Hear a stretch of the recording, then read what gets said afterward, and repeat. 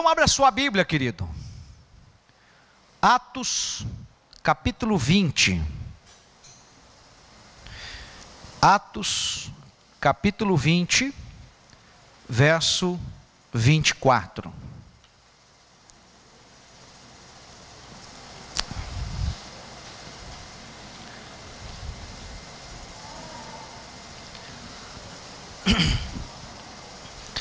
Feliz demais de ver cada um de vocês aqui, irmãos.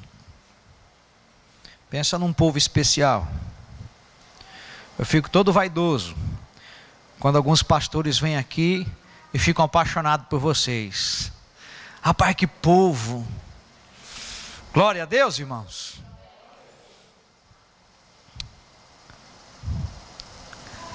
Verso 24.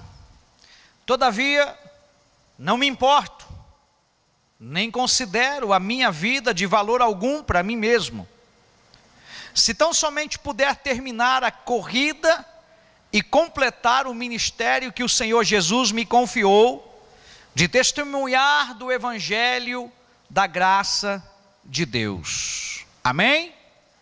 Eu vou repetir: todavia não me importo, e nem considero a minha vida de valor algum para mim mesmo, se tão somente puder terminar a corrida e completar o ministério que o Senhor Jesus me confiou, de testemunhar do Evangelho da graça de Deus. Amém, queridos? Se você puder fechar os olhos por um instante.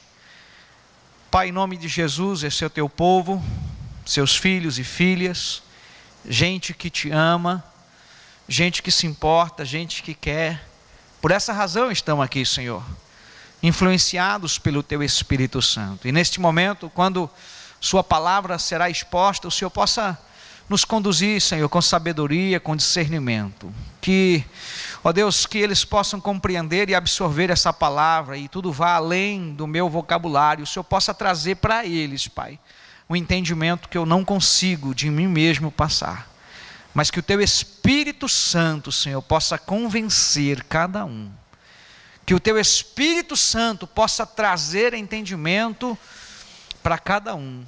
De acordo com a idade espiritual de cada um, Senhor. De acordo com o entendimento espiritual de cada um. É isso que eu lhe peço, Senhor. Eu sei que o Senhor fala no particular com cada um. Quem crê diz amém. Você já ouviu a expressão assim, você é convertido ou é convencido? Quem já ouviu esse tipo de coisa? Convencido ou convertido? Na hora você fica assim, como assim? Porque tem gente que ele é convencido que ele é crente, que ele é evangélico.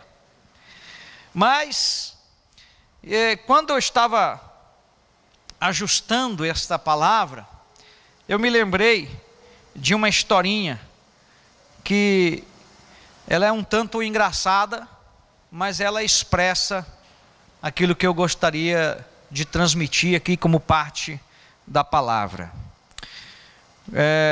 Você lembra da historinha do porco e da galinha? Eles faziam parte do mesmo quintal lá, e um dia o fazendeiro chamou eles dois e falou para eles: é o seguinte, a partir de hoje, vocês dois são responsáveis em preparar o meu café da manhã. Mas prepara bem feitinho, varia no cardápio, todo dia eu quero algo diferente. Porque senão eu vou comer, eu mesmo vou preparar meu café, eu vou preparar ovos com bacon. O porco arregalou o olhão, a galinha também, e ambos começaram já de imediato montar cardápio, ver o que teria que ser feito para que o café da manhã do dia seguinte para o fazendeiro fosse de acordo.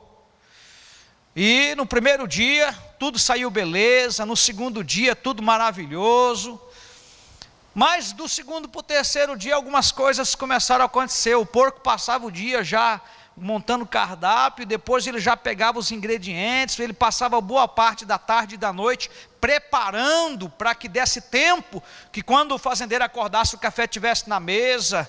E a galinha, enquanto que ela ficava lá fora, de cabeça baixa, ciscando para lá, para cá, catando a minhoquinha aqui, catando a minhoquinha ali, né? E o porco lá, meu irmão, suando, né? E ele pensava, né? Se eu não caprichar, vai rolar bacon no café da manhã, e para sair bacon o porco tem que morrer ou dar uma parte da perna dele, vai ficar só com uma perna daí, né?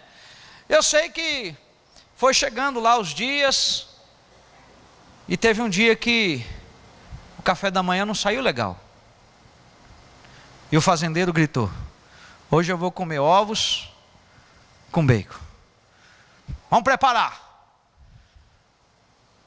Porco apavorado, ele sabia que o pescoço dele ia rolar. A galinha já pensou consigo mesmo: eu só preciso botar uns ovinhos, está tudo resolvido. Com essa pequena ilustração, irmãos, eu queria falar sobre um tema. Se você é comprometido com a sua fé, se você tem compromisso com o seu Deus, porque ser porco, e não é nenhuma ofensa, nenhum xingamento, me entendam, é muito mais do que frequentar a igreja ao domingo, é muito mais do que ouvir uma palavra. Ser galinha é muito fácil, dentro desse contexto da historinha, é claro, ok? Mas olha só, irmãos, paralelo ao texto que você acaba de ler, nós encontramos o apóstolo dizendo assim: eu não me importo, e eu nem considero a minha vida de valor algum para mim mesmo. Muitas pessoas que vão para a igreja, quando elas vêm porque alguém orientou, um pai, uma mãe. Alguns vêm porque o casamento desajustou, alguns vêm porque a crise chegou. Eu não sei, cada um aqui deve ter um motivo para se aproximar de Deus. Mas nós encontramos um homem aqui que ele entendia ser de Deus, quando ele descobriu que ele não era de Deus. Na verdade ele era um perseguidor de Deus.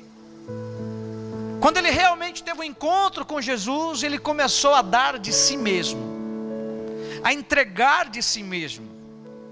E tudo que ele fazia, ele dava de si mesmo, ao ponto que, por ser um cristão autêntico, por ser um cristão genuíno, ele foi apedrejado, ele foi açoitado, bateram nele, espancaram ele. Tinha lugar que ele não era bem-vindo, tinha lugar que a própria igreja, lá no início do ministério dele, a própria igreja em que ele ia para pregar, quando viam ele, o povo já se acertava ali: vão matar ele é um intruso em nosso meio, está aqui para sondar, para ver um jeito de nos matar, como ele tem feito. Então esse camarada aqui, a própria igreja passou a querer matar ele, logo no início da sua conversão. Pensa comigo, irmão, você acabou de se converter, chega aqui na igreja, o pessoal dele malhar você. Infelizmente às vezes acontece isso. Mas ele diz: eu não considero a minha vida de valor algum para mim mesmo. E a Bíblia diz que a gente não pode considerar a nossa vida sem considerar a vida de Cristo em nós. Aquele que ama a sua vida, que valoriza a sua vida, vai perder ela. Mas aquele que dá a sua vida por amor de mim, vai viver eternamente. Isso é evangelho, isso é cristianismo, diferente de um cristianismo diluído, que tem sido pregado em muitos lugares. Um cristianismo onde tudo que precisa é você estar presente e contribuir, não precisa mais nada. Por conta disso, às vezes, multidões e multidões seguem isso. Mas o evangelho da renúncia, descrito por Jesus, quando ele diz: quem quiser me seguir, tome a sua cruz, negue-se a si mesmo, tome a sua cruz e me siga. Se não houver o cumprimento desse texto ainda na sua vida, significa que você ainda está no controle. E você precisa sair do controle da sua vida para que Jesus assuma o controle, porque enquanto você governa, o Espírito Santo não governa. Aqui está o exemplo de um homem que estava 100% governado pelo Espírito Santo. E a igreja do século 21, ela precisa ser liderada, influenciada e governada pelo Espírito Santo de Deus. Porque quando a gente é governada pelo Espírito Santo de Deus, nada mais importa, são só consequências. Mateus 6,33 é só uma consequência, porque lá diz assim: buscai o reino de Deus e a sua justiça em primeiro lugar. Amém? Em primeiro lugar. Acontece que a gente coloca o contrário a esse texto. façam a vida de vocês. Trabalhem, estudem, façam faculdades, façam concursos, tirem férias, vão pescar, vão se divertir, negociem. E se der, se sobrar um tempo, um tempinho assim, se vocês puderem, dê uma atençãozinha para mim. Afinal de contas, eu dei meu filho para morrer por vocês. Se der. E por favor, eu sei que às vezes eu sou irônico, mas nesse momento eu não estou sendo. Eu estou sendo só traduzindo um versículo de um jeito que eu entendo que é a realidade para muitas pessoas. E infelizmente a gente chora, porque o que a gente vê infelizmente é falta de compromisso. Você não gosta de pessoas com falta de compromisso. Até o descompromissado não gosta de pessoas sem compromisso com ele. Se você é descompromissado, o cara não paga conta para ninguém, mas se o patrão deixar de pagar ele, ele fica revoltado, mas ele mesmo não paga ninguém. Ele fica bravo, né? Ele marca com as pessoas para ir em tal horário, ele chega atrasado. Mas se ele marcou e alguém chegou atrasado, se for a esposa, então, meu Deus do céu, o céu desce. Vira um negócio terrível. Ele não cumpre com ninguém, mas todo mundo tem que cumprir com ele. A palavra diz que ele não considerava a vida dele de valor algum. Nenhum valor. Porque ele tinha um objetivo na vida. Ele tinha um propósito na vida. Qual é o seu propósito? 2014 está terminando. E você faz uma avaliação. Aconteceu o quê? Eu não vou nem perguntar e nem quero colocar isso. Não é essa avaliação que eu estou propondo para os irmãos. Esse ano eu comprei um carro, comprei uma casa. Esse ano eu paguei minhas contas, limpei meu nome. Maravilha, tudo isso é de Deus e é bom, tá? Mas eu queria que você subisse de nível, de entendimento. Espiritualmente falando, você decaiu? Você subiu um degrau? Qual o seu nível espiritual? O ano está terminando. Se o Espírito Santo pudesse dar uma nota para você, qual seria a sua nota? Qual é a nota que você iria procurar lá no painel, como as pessoas vão na faculdade, na escola, que fica lá, né? Um painel, foi aprovado, reprovado. Lá tem as notas de cada matéria. Às vezes tem alguns alunos, aquela jararaca me deu 0. Ah, professorinha, eu reprovei por causa daquela vaca. E você vê, fica lá escutando. Eu não sei se os professores já viram isso, mas vocês ficam escutando o que os alunos falam, os reprovados, né? O cara foi mal o ano inteiro e quer que o professor aprove ele. O ano inteiro ele teve a oportunidade de fazer o bem e não fez. E a Bíblia diz que quando você tem a oportunidade de fazer o bem e não faz, você comete pecado. A verdade é que a igreja está perdendo a oportunidade de fazer bem para muita gente, porque cada um está comprometido consigo mesmo. O apóstolo Paulo, ele tinha um propósito que era terminar a corrida. Nós estamos numa corrida. Nós estamos numa caminhada, irmãos. A boa é que se todos chegarem, todos vão chegar em primeiro lugar e todos vão ser premiados para a glória de Deus. Mas se você chegar em segundo lugar, meu irmão, não sei não. Na verdade nem existe segundo lugar. O primeiro lugar é para todos nós, como igreja de Jesus. A Bíblia diz que Ele não quer que ninguém se perca, mas que todos tenham a vida eterna. A Bíblia diz que uma alma salva vale mais do que o mundo inteiro na perdição. Significa que por amor a você, Ele faria tudo, nem que fosse só por você. Vale um amém? E eu vejo Paulo dizendo que tudo que ele tinha de interesse era terminar a corrida. Meu irmão, termina a corrida. A boa é que você, na velocidade ou sem velocidade, mas continuar na corrida, onde ele vai dia a dia trabalhando o seu caráter. E como está faltando caráter para a igreja, onde você vai sendo lapidado no seu casamento, onde ele vai trabalhando na figura do marido, onde ele vai trabalhando na figura da esposa, onde ele trabalha com os filhos. E a gente vai na caminhada, servindo a Deus, se alegrando, lutando e vencendo. Você lembra dessa aqui, ó? Cada vez que a minha fé é provada, Tu me dás a chance de crescer um pouco mais. Quem mais? Quem lembra?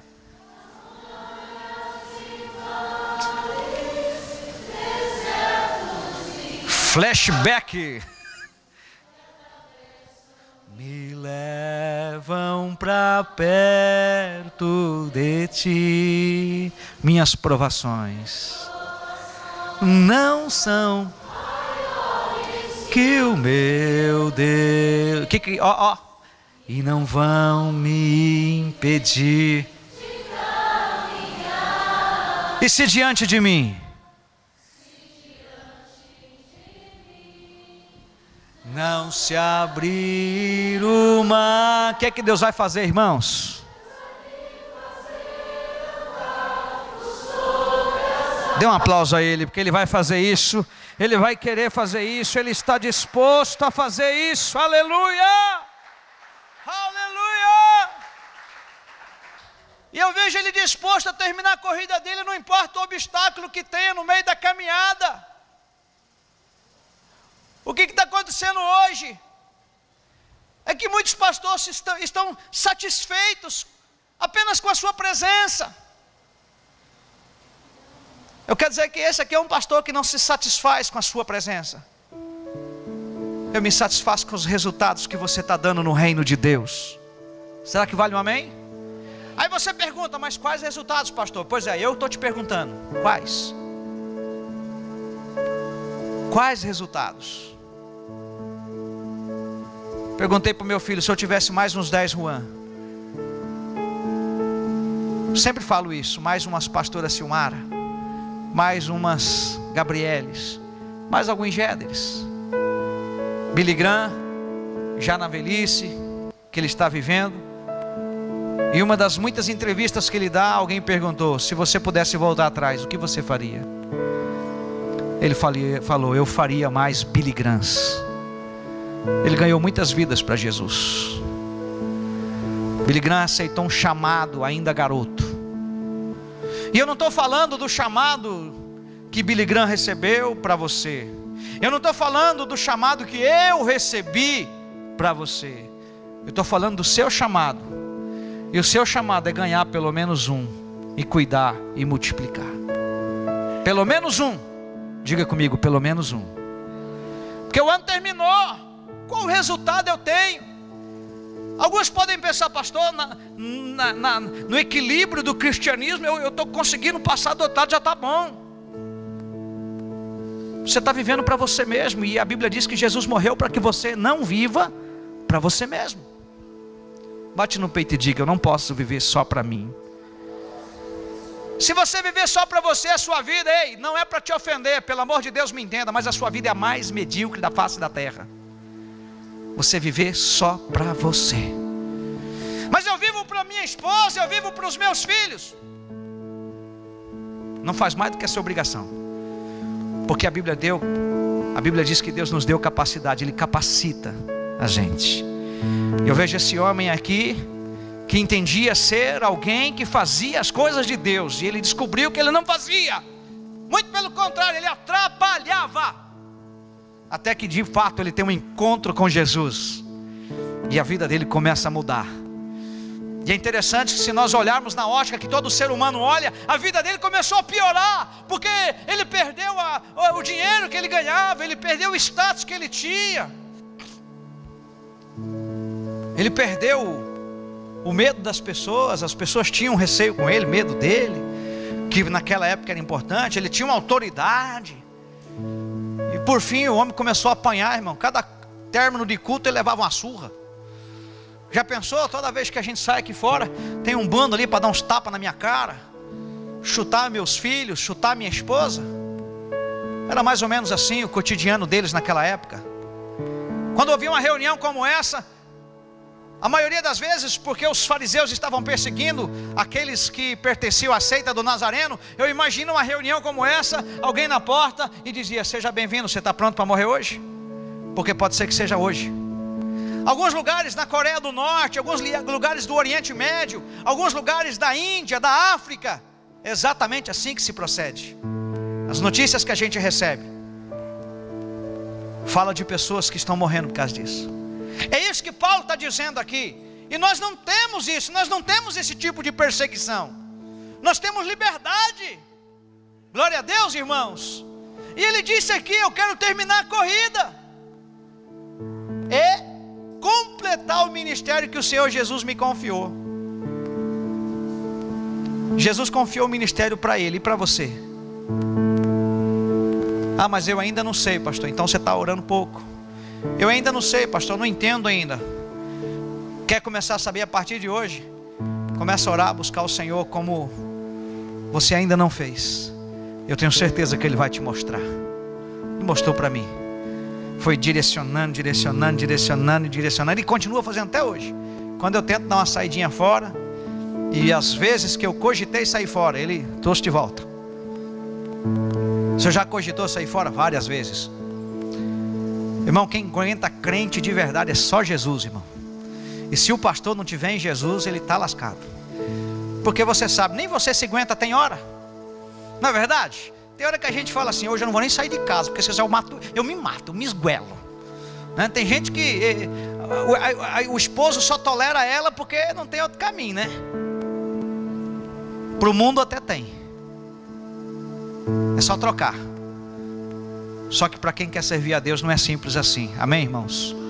A gente tem um compromisso.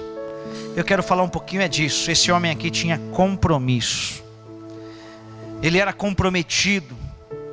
E quais seriam os compromissos que hoje uma igreja deveria ter? Como eu disse na minha oração inicial, a palavra ela é coletiva, porém você recebe ela individualmente. Primeiro, compromisso com Deus.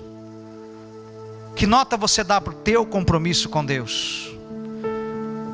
Você ainda faz do jeito que quer, quando quer, a hora que quer? Se der eu vou, se der eu faço?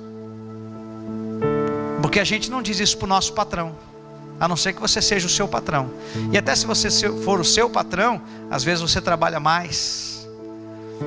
Aqui na igreja nesse momento o Clarival não está aqui porque ele é o patrão dele mesmo, está trabalhando. Porque quando você depende de um patrão, você não diz para o teu patrão: hoje eu não estou com vontade de ir trabalhar. Aí patrão, se liga na parada, está chovendo demais, está frio, e então hoje eu não vou trabalhar, a cama está me segurando aqui, está muito bom, tchau, fui. É assim? Ninguém faz isso com o patrão. Faz, Raniel? Não faz, irmão, não faz. Mas a gente faz para o Senhor. É o seguinte, patrão, vai rolar o maior churrasco na casa da minha família e eu não vou poder ir. O pessoal que trabalha nas usinas aqui, é domingo a domingo, é feriado, virada de ano agora, os caras passam trabalhando, ninguém pode dizer: é o seguinte, é virada de ano, qual é a tua? Não vou trabalhar e pronto, acabou. Dá para fazer isso lá onde você trabalha, Valdir? Dá para fazer isso, Jandir, onde você trabalha? Mas a gente faz isso com o Senhor, irmãos, qual é o problema? Yes! Deus entende, Ele é Pai. Nada contra, irmãos, porque eu não estou falando só de um fato isolado, eu estou falando de um ano inteiro. E ele diz aqui: testemunhar o evangelho da graça era o compromisso dele. Qual é o seu? Qual é o meu? E muitas pessoas estão perdidas, e quem sabe aqui dentro hoje tem pessoas me ouvindo, que eles querem as coisas de Deus, querem servir a Deus, querem andar com Deus, mas não sabem como. Porque às vezes as pessoas estão confundindo andar com Deus com ir à igreja. Eu vou lá no Ouvir e Crer, eu vou lá na Assembleia, eu vou lá na Sara, eu vou lá na Batista, eu vou à igreja. Toda casa é casa de Deus. Amém. Amém. Mas o que Deus quer de cada um de nós, querido, é um compromisso com Ele de verdade. Vale um amém? Eu preciso ter compromisso com Deus. E quando eu tenho compromisso com Deus, eu tenho compromisso com a minha família. Quando eu tenho compromisso com Deus, eu tenho compromisso com a minha família. Obviamente eu terei um compromisso com a obra de Deus. Eu faço parte da obra de Deus. Você e eu somos parte de um projeto de Deus para salvar o perdido, para salvar aquele que está no fim do caminho, no fim da vida, que está com o casamento destruído, que está com a família sendo destruída. E você que tem Jesus, você chega e leva uma palavra, você leva um abraço, você leva uma mensagem. E o sucesso é levar a mensagem, porque, como eu disse, o Espírito Santo é que convence a pessoa. Pastor, mas quem sou eu, pastor? Eu sou... Talvez você se despreze naquilo que você é. Um dos maiores pregadores do mundo, chamado Moody, ele Ele era um sapateiro, eu assisti o filme dele. Ele trabalhava fazendo sapatos, mas ele tinha um horário para orar. E Moody, a história registra na sua biografia que ele ganhou mais de 50 milhões de pessoas para Jesus. É muita gente, irmãos. Eu fico feliz. Aí quando eu olho para a igreja, estamos juntos, amém, já estou fazendo a obra. Mas eu creio que você também se frustra quando você conquista. Você vai até certo ponto. Quem lembra aqui quando comprou a primeira motoca, assim, você andava de bicicleta e entrou na motoca, faz assim, que alegria, você lembra disso? Coisa boa. Eu lembro do Carlos, quando ele entrou na motoca dele, eu estava perto. Glória a Deus, né, Carlos? Fiz parte na segunda motoca, com mais alta. E a gente faz aí, a gente fica alegre. E aí quando você saiu da motoca, você deu a motoca e entrou num carrinho, nem que fosse um Uno, né? Nada contra o Uno, porque o Uno é uma benção, né, irmãos? Aleluia, né? Um dia a gente foi lá no Paraguai, quase resgatar o Uno da Fofa. Pensa num povo que orou, roubaram o Uno na frente da igreja, irmão, que negócio doido. Quem lembra daquele dia? E a gente no outro dia, irmão, fui lá no Paraguai com eles, que o polícia ligou na minha casa, tá, o carro está aqui, ó, pode vir buscar. Foi eu, a Fofa e o Marcelo lá buscar o carro da Fofa. Aleluia! E a gente se lembra disso, e a gente, uau, que maravilha. A gente se alegra com as conquistas. Mas pode saber, essa Fofa já não quer uma EcoSport. Ela já não quer mais Uno, ela quer um EcoSport, né? E a gente vai galgando. Na vida espiritual não pode ser, eu vou à igreja aos domingos, já está bom. Tem que ter mais, eu tenho que ter fome e sede da presença dEle. Eu preciso me alimentar dEle todos os dias. Eu preciso ser conhecido dEle. Eu preciso que Ele saiba que quando eu fecho os meus olhos, mesmo sussurrando, Ele sabe que é com Ele que eu estou falando. E quando eu não tenho palavras e eu começo a chorar, Ele sabe que é com Ele que eu estou falando. E quando Ele olha nos meus olhos, porque um ser humano consegue olhar no olho do outro e ver que ele está aflito. Sexta-feira me ligou um pastor Neidson, chorando. A hora que ele falou, alô, falei, você está chorando, né? Ele falou, você me conhece mesmo, né? Eu falei, você não está bem, né, cara? E chorou bastante, oramos. A irmã estava na UTI, oramos aqui. Quando amanheceu ontem, a irmã foi para a eternidade. Sabe, irmãos, a gente precisa. Você tem tanto potencial para ajudar pessoas, amém? Você tem tanto potencial. Tem alguém do seu lado que precisa de você. Tem alguém perto de você que precisa de você. Tem alguém aqui dentro nessa noite que precisa da gente. O que eu quero mostrar para você, querida, é que o apóstolo Paulo tinha tanto compromisso com o Senhor que nada mais para ele importava. Não estou dizendo que você não deva valorizar a sua vida, mas eu quero que você entenda o texto que diz que aquele que ama a própria vida, perdê-la-á, mas aquele que der por amor de mim. Então quando você entrega a sua vida para o Senhor, você é um profissional na área onde você trabalha, mas lá você é uma mulher de Deus. Você trabalha numa empresa, mas lá você também é um homem de Deus. Vale um amém? Porque este mundo está aí fora, cheio de pessoas precisando do amor de Deus. E quando o Senhor te traz aqui nessa noite, Ele traz um grupo de pessoas, e esse grupo de pessoas inclui dois tipos de pessoas principais: aqueles que já foram convencidos ou estão convertidos, e aqueles que precisam se converter ao Senhor de verdade. A figura de Paulo é justamente aquela pessoa religiosa que ele entendia que por pensar em Deus, por fazer algumas coisas, sendo zeloso da lei de Deus, ele entendia com toda a convicção dele, e ele tinha compromisso com aquilo que ele fazia, porque ele fazia bem feito. Pensa num cara que perseguia crente, era Paulo, e ele fazia bem feito. E ele fala, eu era zeloso da lei. Mas quando ele entende que Jesus fala com ele, ele escuta a voz do Senhor, e a vida dele muda, ele entende que tudo que ele tinha feito não era para Deus, era uma perseguição a Deus. Então talvez você esteja satisfeito por ter concluído o ano, frequentado uma igreja evangélica. Glória a Deus, isso já é uma vitória, amém, irmãos? Melhor do que estar nos botecos da vida, tomando, perdendo o casamento, tendo a vida destruída. Você prevaleceu contra si mesmo. mas o Senhor quer trazer você para um nível mais alto. Você trabalha numa empresa, ganha seus 3.000 reais por mês. Quem diz amém aí? E aí o patrão chega, é o seguinte: eu quero promover você, e o compromisso é um pouquinho maior. Você precisa tomar conta de X pessoas. Você aceita o cargo?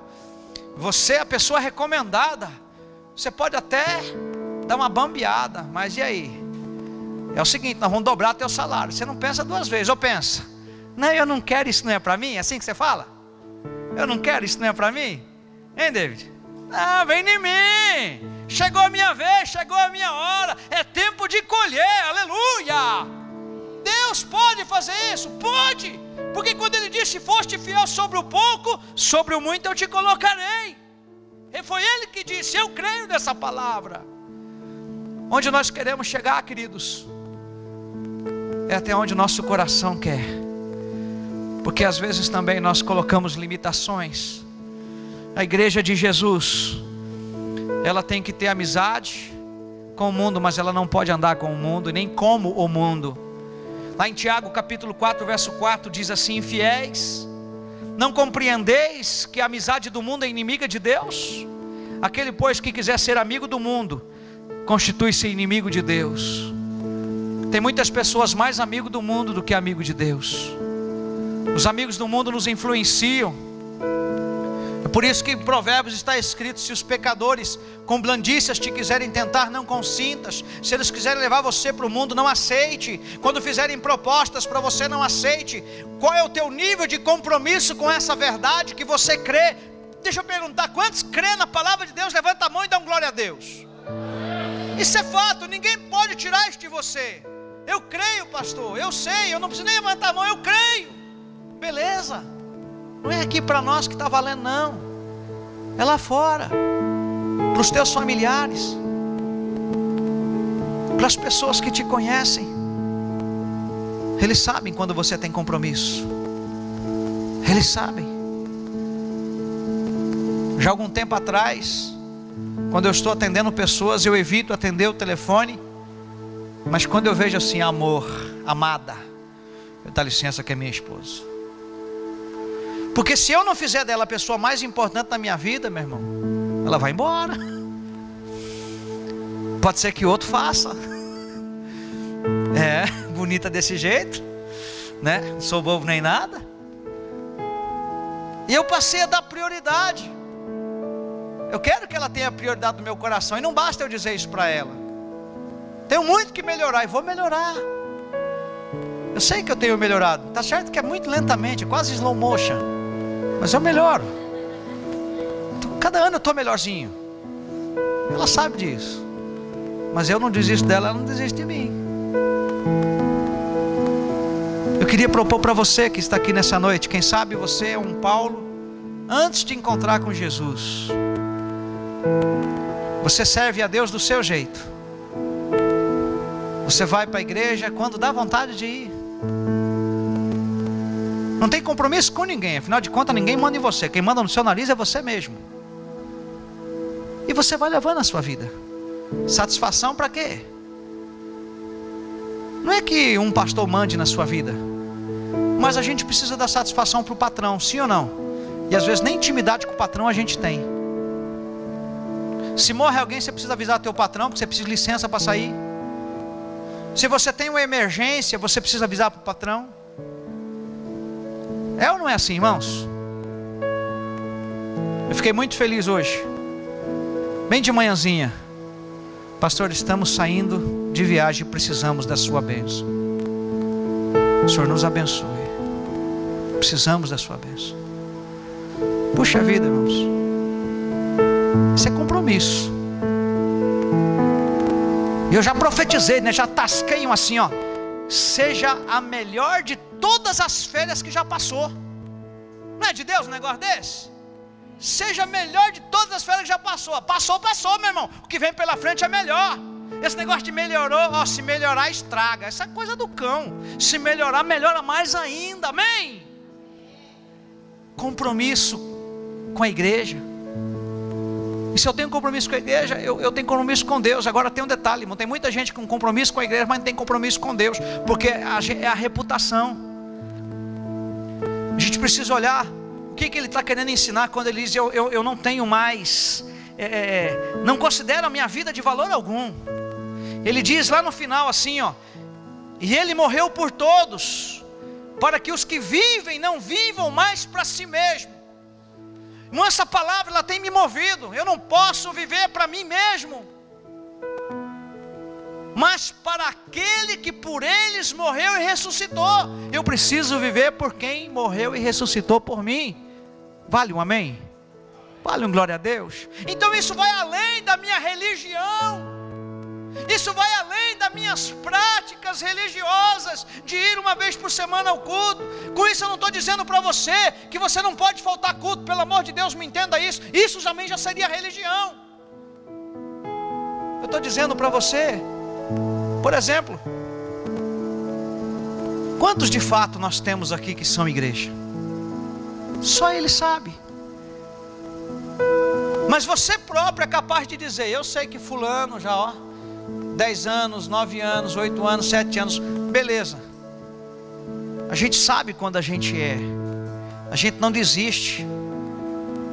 A gente está agarradinho, vamos servir ao Senhor até o fim, em nome de Jesus. Amém? Agora eu olho para esse texto: assim que nós daqui por diante a ninguém conhecemos segundo a carne, e se antes conhecemos Cristo segundo a carne, já agora não o conhecemos desse modo. O Senhor está dizendo para você conhecer as pessoas segundo o Espírito. Ele está dizendo para você não viver mais do seu jeito, viva do jeito dele. E todas as vezes que eu vou orar, eu peço oportunidade para que eu possa expressar isso. Esses dias o Senhor mostrou para mim o quanto Ele se importa com os mínimos detalhes. Você pode repetir, todos vocês? Deus se importa com os mínimos detalhes. Você crê nisso? Você crê nisso? Irmão, você não faz ideia do que eu estou falando. Ou faz, quem sabe. Mas Ele sabe quem é você, sabe onde você mora, sabe o que você precisa, e Ele espera mais de você. Algumas pessoas, quando entram no emprego, eles assinam um contrato de 3 meses de experiência, sim ou não? 3 meses. Fechou os 3 meses, e tem gente que não fecha nem os 3 meses. Normalmente, por que é mandado embora? Por quê? Não correspondeu à expectativa do cargo, não serve para o quadro, não se relaciona com pessoas, não corresponde ao serviço. Agora tem gente que está 5, 10, 15 anos numa empresa. Ele trabalha, faz a sua função certinho, ele nunca faltou um dia. Isso é bom, mas tem mais. Tem a supervisão, tem a diretoria. Na vida espiritual é assim, você não pode se conformar. Faz 10 anos que eu congrego com o pastor Geder, e tem gente, eu me sinto muito honrado com isso, Deus sabe. Faz 5 anos, faz 1 ano, ótimo. Inclusive, esse número aqui é o máximo de pessoas, e eu já não dou conta, que eu consigo pastorear, que eu consigo dar um telefonema, que eu consigo mandar uma mensaginha. Mas o meu nível de compromisso é que você entenda que o mesmo compromisso que eu tenho com você, você tem com o outro. Pode dizer amém? E para que você tenha compromisso, você às vezes não, sempre precisa abrir mão de si mesmo. O problema é que por conta de tantas atividades, as amizades do mundo têm conseguido impedir as pessoas. O corre-corre do dia a dia, as ocupações, as preocupações, a ansiedade. Será que vai ter dinheiro? Será que eu vou ter trabalho? Será que essa dorzinha não é uma crise de rim? Será que esse negócio aqui, essa pelotinha vermelha aqui não é um câncer? E a gente começa a pensar e fazer várias interpretações. O telefone toca 2 horas da manhã. Ai meu Deus, o que será que aconteceu? Não é assim? Normalmente. A gente precisa confiar mais no Senhor. Quem crê nisso? E sempre lembrar sempre que o nível de compromisso que você tem define aonde você vai chegar. O teu nível de compromisso com o Senhor. Todos os que estão aqui nessa noite, com certeza não são ateus. Alguma coisinha de Deus tem aí. Algo de Deus tem aí. Mas falta o compromisso. O porco, ele era comprometido, né, irmãos? Porque se acontecesse alguma coisa, quem tinha que dar o bacon era o porco. Então, dentro dessa ótica, dentro de um corpo de Cristo, como você está? Compromissado? Porque o teu compromisso com o Senhor faz da sua igreja o melhor lugar do mundo. Essa frase é boa, dá até Twitter. O meu compromisso com Deus, vamos lá, meu compromisso com Deus faz da minha igreja o melhor lugar do mundo. Porque as pessoas vão querer vir para perto de pessoas que têm Deus. Quem tem Deus, diga amém. Eu tenho, pastor, vai além das minhas palavras. Vai além das minhas palavras. Você pode dizer amém por isso?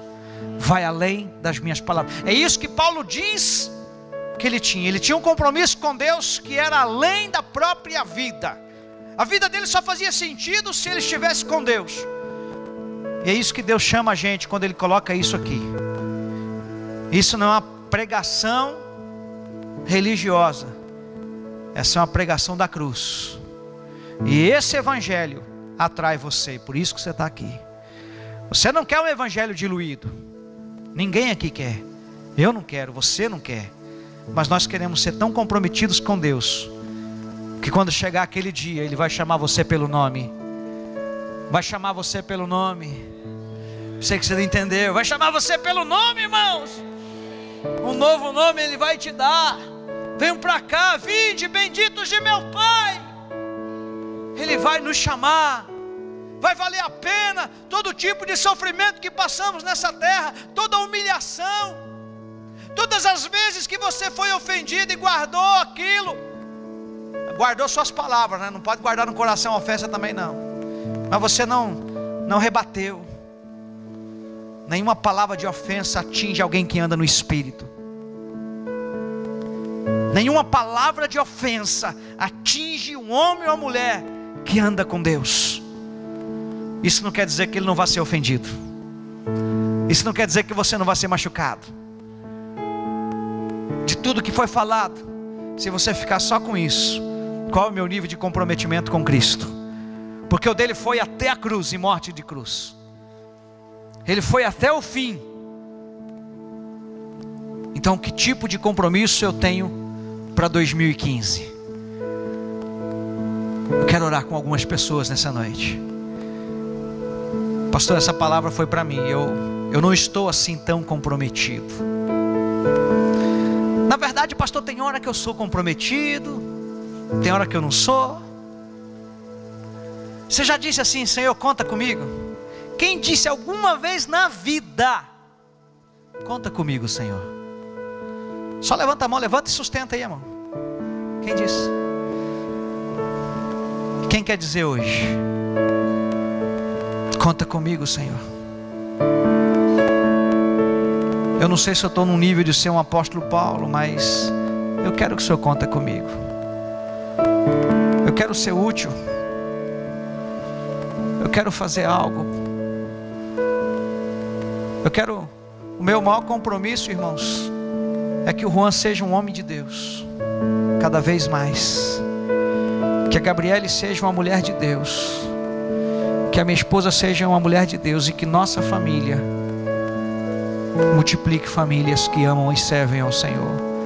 Alguém chega aqui: olha, eu recebi uma palavra do Juan, da Silmara, da Gabriele. Eu recebi uma palavra do Sérgio e da Cleide. Eu recebi uma palavra do Raniel e da Val. Recebi uma palavra do Marcelo e da Ana, do Vaguinho e da Cris. Enfim, vamos falar no nome por todo mundo. E essa palavra fez com que eu mudasse de vida. Tem Cristo aí dentro de você. Quanto mais você dá de Cristo, mais você tem de Cristo. Quanto mais você dá dele. Porque Cristo não é apenas aquele que soluciona seus problemas, que cura suas enfermidades. Ele é aquele que quer te levar para o céu. Ele quer te levar para morar com Ele eternamente. A mulher samaritana na beira do poço, Jesus chega e fala para ela. Ela conversa com Jesus, enquanto os discípulos tinham ido buscar comida. Quando os discípulos estão vindo com a comida, ela está indo na cidade. Jesus não quer comer, porque daqui a pouquinho vem a mulher, uma multidão de pessoas. Um pouquinho que aquela mulher ficou com Jesus, um pouquinho. Ela foi para a cidade e falou dele e trouxe uma multidão. Eu quero que o meu cristianismo, irmãos, não seja um cristianismo de 4 paredes. O meu cristianismo tem que ir para as nações. Talvez não é eu que vou para as nações, mas é um de vocês. Deus vai acender no seu coração. Mas enquanto não tem nações, irmãos, tem Dourados. E essa cidade está crescendo, meu Deus do céu. Tanta gente nessa cidade, precisando de um homem e uma mulher cheio do Espírito Santo. Será que tem algum deles aqui nessa noite? Fique de pé. Aleluia.